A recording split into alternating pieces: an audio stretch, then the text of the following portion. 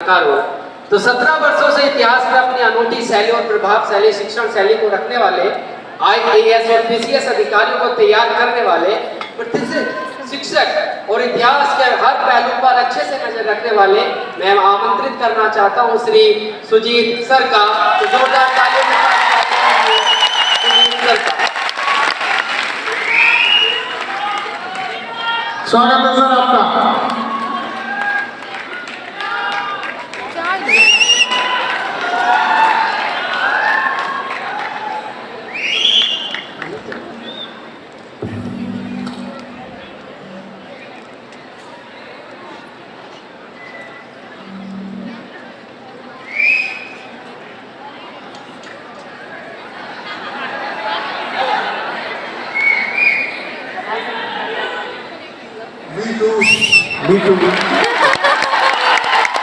वंदे।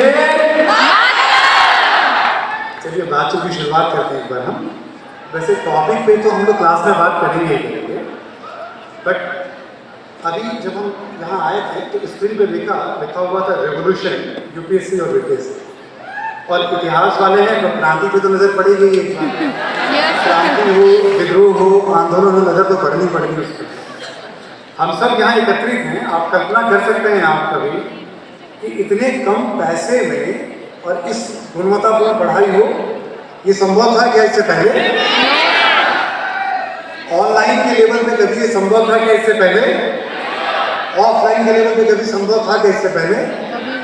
और आप में से जो लोग भी जानते होंगे शिक्षा के एक से धुरंधर बैठे हुए हैं, चाहे हमारे बीपीएससी के शिक्षक हो, चाहे हमारे IAS के शिक्षक हो, एक से धुरंधर बैठे हुए हैं। एक साथ मंच पे उपस्थित होना संभव था क्या पहले? तो जो चीज पहले संभव नहीं था अब संभव हुआ, इसी को इतिहास की भाषा में क्रांति कहते हैं। इसी को इतिहास की भाषा में क्या कहते हैं? व्यवस्था में जब व्यापक परिवर्तन हो, शिक्षा के व्यवस्था में आमूलचूल परिवर्तन, गहराई से परिवर्तन, और इस परिवर्तन के प्रणेता कौन है? आवाज सुनाई कुछ नहीं पड़ रही है, अरे हो के बोलो एक बार ताली।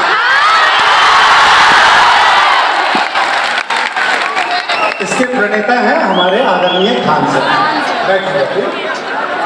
एक और महत्वपूर्ण बात बताऊं मैं आपको, आजादी के बाद जो शिक्षा व्यवस्था की नींव रखी गई थी वो मौलाना आजाद के द्वारा रखी गई थी। जो पहले शिक्षा मंत्री थे वो मौलाना आजाद थे, और जितने भी आप विजन देखते हैं आज देश में, एम्स का विजन देखते हैं, आप टेक्निकल एजुकेशन देखते हैं, तमाम उसमें मौलाना आजाद की बड़ी भूमिका थी नेहरू जी के साथ। एक लंबा अरसा बीत गया है, फिर ऐसे किसी शिक्षा मंत्री को देखे हुए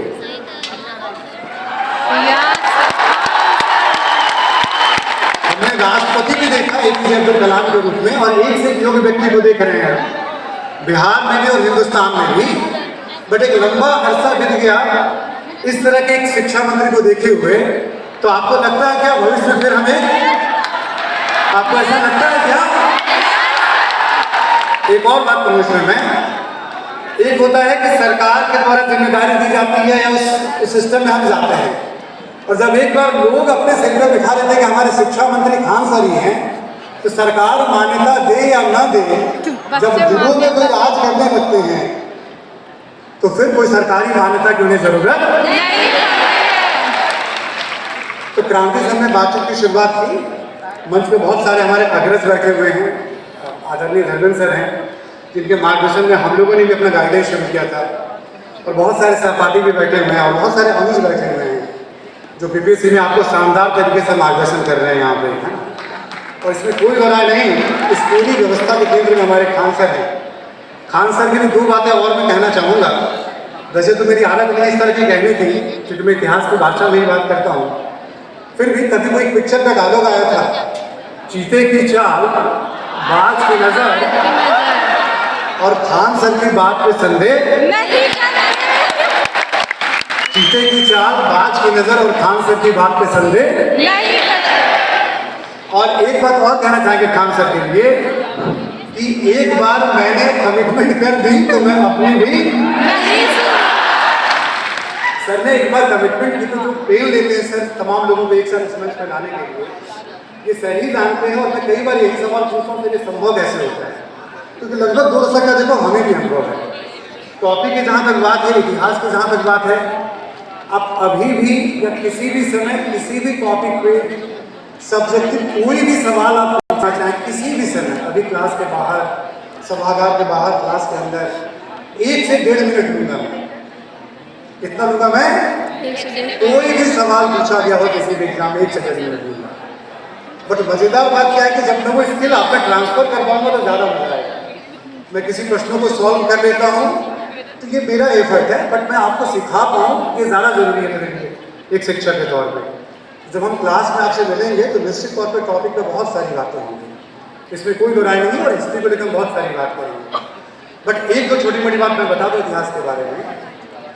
हिस्ट्री में जितना अधिक हम सोचते हैं पढ़ने के लिए, वास्तव में उतना पढ़ना नहीं है। हिस्ट्री में बहुत ज़रूरी होता है ये जानना कि हमें क्या नहीं पढ़ना है।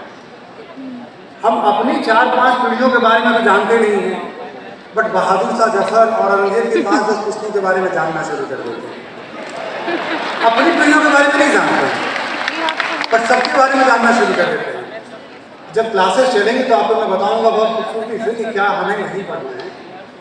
दूसरा, इतिहास सबसे विवादास्पद विषय है।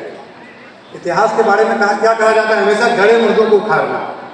आपने भी देखा होगा, बहादुर शाह जफर की बात आ गई, औरंगजेब के कब्र की बात आ गई, राणा सांगा की बात आ गई, और आपको भी बहुत मज़ा आएगा। बट सच्चाई ये है कि एग्जाम से इसका कोई रिलेशन नहीं है।